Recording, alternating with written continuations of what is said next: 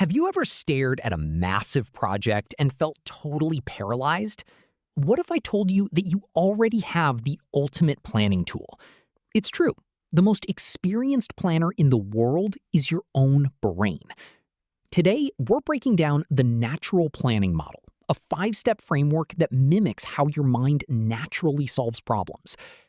Step 1 is all about the why. Before you do anything, you need to define your intention. That's your purpose. Why are you doing this? As the model says, if you aren't totally clear about the purpose of what you are doing, you have no chance of winning. Along with purpose, you need to define your principles, which act as the boundaries of your plan. Let's use a simple example: planning a dinner out. Your purpose might be satisfying hunger, socializing with friends, or celebrating a special occasion. Your principles, the boundaries, might be that the restaurant has to be affordable, comfortable, and have a good standard of food and service.